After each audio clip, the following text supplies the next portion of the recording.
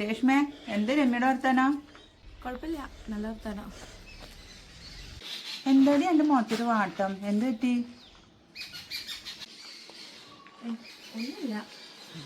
പിന്നെ ഞാനൊരു കാര്യം ചോദിക്കട്ടെ? എന്ത്? ഈ കുട്ടികളില്ലാത്തവര് കുട്ടികളെടുത്ത കുട്ടികൾക്ക് പ്രശ്നം ഉണ്ടാവുമോ? ആരതൊക്കെ പറഞ്ഞേ? ഒന്നുമില്ല. എന്തൊക്കെ അവിടെ ഉണ്ടായേ? ഞാൻ പോട്ടെ.